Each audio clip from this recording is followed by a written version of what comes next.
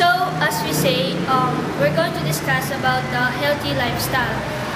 And we're going to interview some students here in our school so we can gain more knowledge about having a healthy lifestyle. So our first student is Mr. Adrian Pasay. Good morning to all of you and everyone.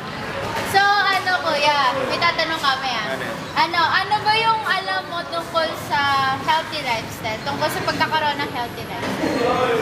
Well, for me, healthy lifestyle, kailangan kumain tayo ng mga gulay, prutas, syempre. At kailangan na pag-gising sa umaga, kailangan mag-exercise tayo, jogging. Paano ba ito? Wag kayong kumain ng junk foods, okay, kumain ng soft drinks. Bihira dapat eh. Bihira dapat kayong kumakain ng sweets. Siyempre, kailangan sa tuwing kakain kayo, kailangan nandun din go, grow, and glow. May kanin, tapos meron pang bread, kaya tapos yung mga prutas ay gulay.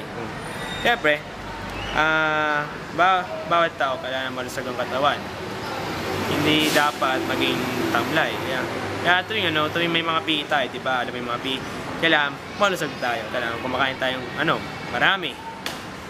Thank you very much. Thank you po. Thank you. Miss Larissa. So ate, ano yung healthy lifestyle para sa'yo? Syempre, dapat natutulog ka sa tamang oras, tapos kumakain ka ng gulay tsaka prutas. Ako kasi, umiinom ako ng gatas tuwing umaga, tapos tuwing gabi din. Pinay si Miss Denise Valdiviaso. So ate, ano yung healthy lifestyle para sa'yo? Yung healthy lifestyle, syempre, kailangan healthy tayo, diba? Matutulog tayo sa tamang oras. Kailangan kumakain tayo ng masustansyang pagkain. Tapos, yun lang. Yun lang naman. Thank you! Okay. So, yun na nga, diba? So, sa mga past video na nakita nyo, nag-interview kami. Ngayon, ang gagawin naman namin para mas malinawan kayo kung paano talaga maging healthy lifestyle, magde-demonstrate kami kung paano yung mga yon. So, katulad naman po ng sinabi ni Shi, i-demonstrate po namin o ipapakita, para naman po maliwanagan kayo, ipapakita po namin ang negative lifestyle at ang positive lifestyle.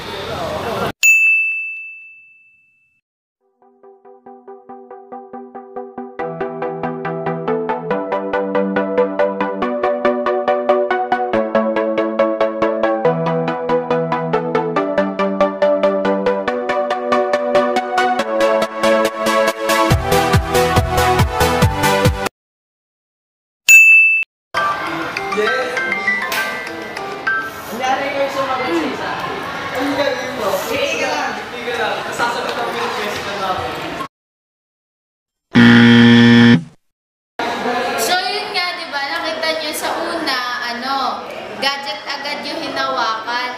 Tapos, yung pangalawa, nag-jogging siya. So, yung healthy lifestyle doon, dapat mag-jogging ka muna or mag-exercise ka muna sa umaga para mapanatili yung lakas mo or mapanatili yung energy mo buong araw.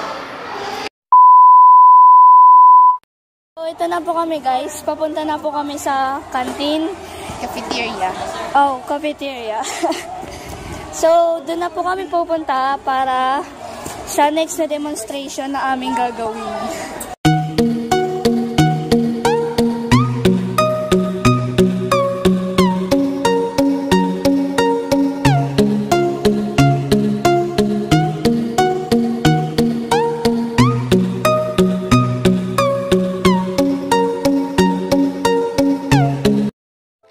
Thousand years later.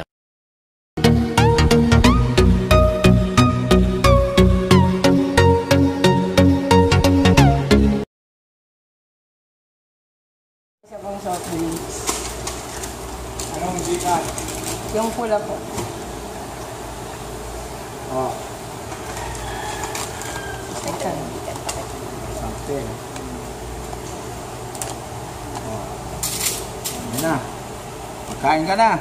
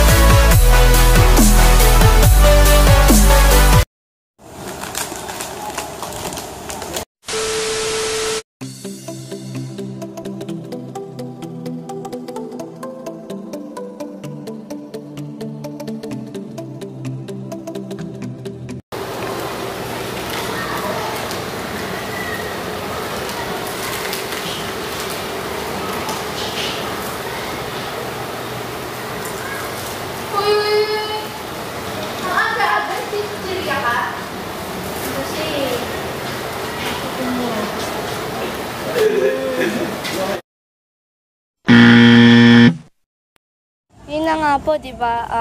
Sinabi na po namin na kailangan, para maging healthy tayo, kailangan kumain tayo ng masustansyang pagkain, exercise. Siyempre, Kailangan din naman natin uminom ng mas sustansyang inumin.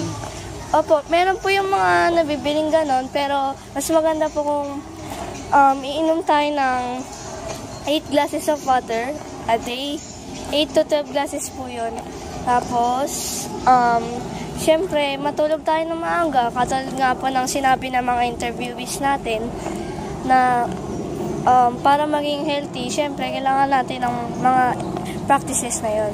So, yun lang naman po. At sana po nagustuhan niyo yung video namin. Doon na po nagtatapos yung video namin. Yung isa po namin kasama, wala po absent po. Pero doon na po nagtatapos lahat. Ang date po ngayon ay July 29, 2016. Basta stay tuned for more videos. Bye! Bye! Bye.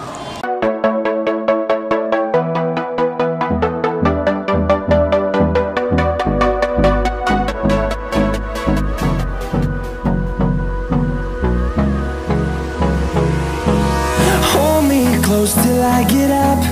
Time is barely on our side. I don't wanna waste what's left. The storms we chase are leading us, and